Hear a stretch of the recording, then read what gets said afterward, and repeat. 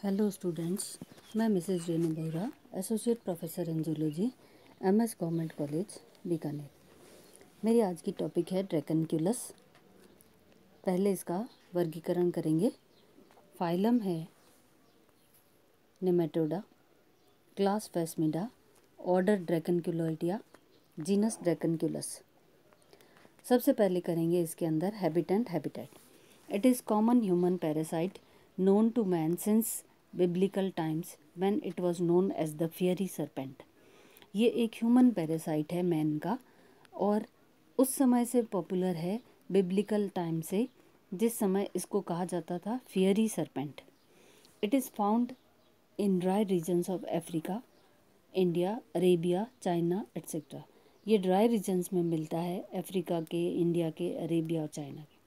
In United States, it has been found in dogs, raccoons, foxes and minks। United states के अंदर ये dogs के अंदर पाया जाता है, रैकून्स में पाया जाता है, फॉक्सेस और मिंक्स में पाया जाता है। Adult forms occur in subcutaneous tissue, specially of arms, shoulders and legs. Adult form जो होता है वो सबक्यूटेनियस टिश्यू के अंदर पाया जाता है, जैसे आर्म्स के अंदर, शोल्डर्स और लेग्स में। अब है नेक्स्ट इसके external features. Females attain A length of about 100 to 400 centimetre. Females लंबी होती है, 100 से 400 सेंटीमीटर लंबाई होती है इसकी। Males are rare and 12 to 29 millimetre in length. Males छोटे होते हैं, साइज़ होती है मेल्स की 12 से लेकर 29 मिलीमीटर तक लंबाई होती है। At the anterior end is a cuticular ring bearing a mouth, an inner circlet of 6 labial papillae and an external circlet of 4 double papillae। Anterior end जो होता है वहाँ पर एक क्यूटिकुलर रिंग पाई जाती है जिसके अंदर माउथ प्रेजेंट होता है, और बाहर के सर्कल के अंदर 6 लेबियल पेपिली पाई जाती है, और एक्सटर्नल जो सर्कलेट होता है या एक्सटर्नल जो बाहर की तरफ जो सर्कल होता है उसके अंदर 4 डबल पेपिली पाई जाती है। Posterior end of male bears 10 pairs of papillae. Posterior end जो है मेल्स का, उसके अंदर 10 जोड़ी पेपिली पाई जाती है, जिसमें से 4 प्री एनल होती है और 6 पोस्ट एनल होती है। Oesophagus has 2 regions, an anterior narrow muscular region and a posterior broad glandular reason.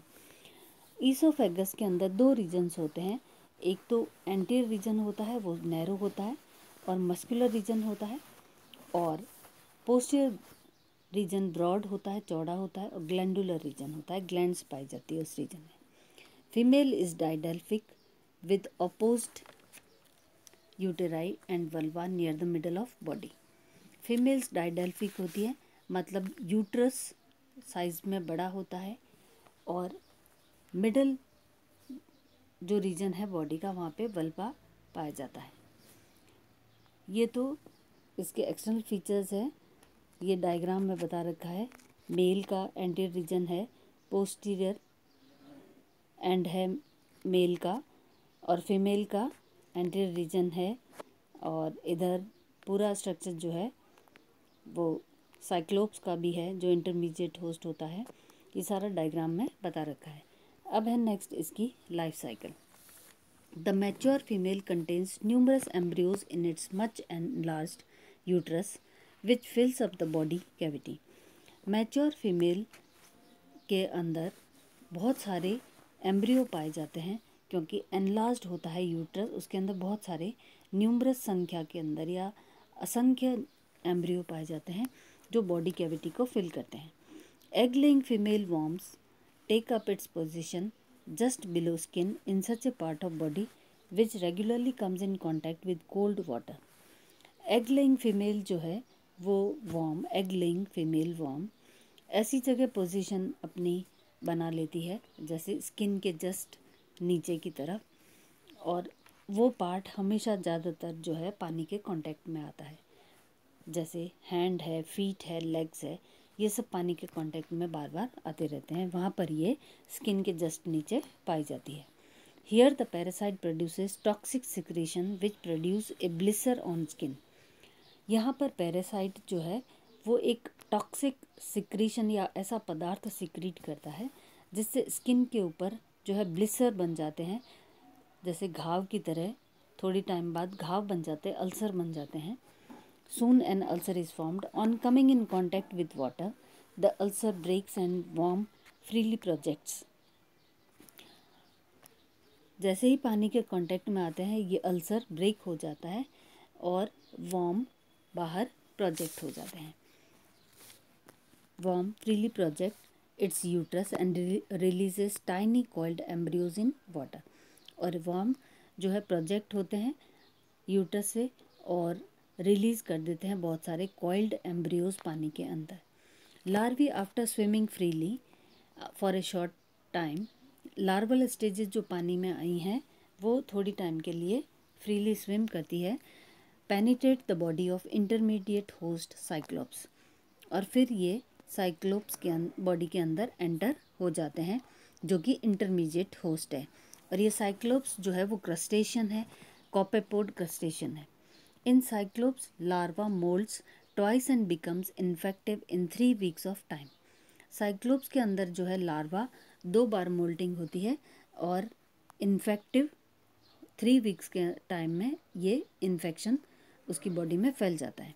When infected Cyclops is taken in by man with water, the larvae escape and bore their way into subcutaneous tissue where they attain adulthood. जैसे ही infected cyclops man के द्वारा जो है पानी से enter हो जाता है मैन की बॉडी में, द लार्वल स्टेज जो है या लार्वी जो है वो सबक्यूटेनियस टिश्यू के अंदर पहुंच जाते हैं और वहाँ पर ये अडल्ट बन जाते हैं। अब नेक्स्ट और लास्ट इसका स्टेज है वो है treatment. The primitive method of removing the worm from body is by winding it on a thin stick. Primitive method जो है बहुत पुराने टाइम में ये मेथड काम में लिया जाता था कि बॉडी से जब जो है वर्म्स को कैसे निकाला जाए, तो एक स्टिक वहाँ पे वुंड के वहाँ पे स्टिक रखी जाती थी और वो वर्म धीरे धीरे स्टिक के ऊपर जो है वो ऐसे लपेटा जाता था, अपने आप लपेट जाता था स्टिक के ऊपर। A few turns a day, एक दिन के अंदर 1 टर्न लिया या 2 टर्न लिए या 3 टर्न लिए, पूरा नहीं निकलता था एक साथ। An attempt to remove the worm more rapidly, यदि कोई भी ह्यूमन बीइंग जो है उसको जल्दी जल्दी निकालने की कोशिश करता है तो वो रप्चर हो जाता है वर्म, और उससे जो है सीरियस बैक्टीरियल इन्फेक्शन एनिमल की ह्यूमन बीइंग्स की बॉडी में फैल जाता है। Guinea worm infection causes itchiness, nausea, diarrhoea, vomiting, asthma और यूसिनोफिलिया। गिनी वर्म जो है वो, इसको कॉमनली गिनी वर्म कहते हैं ड्रैगनक्यूलिस को।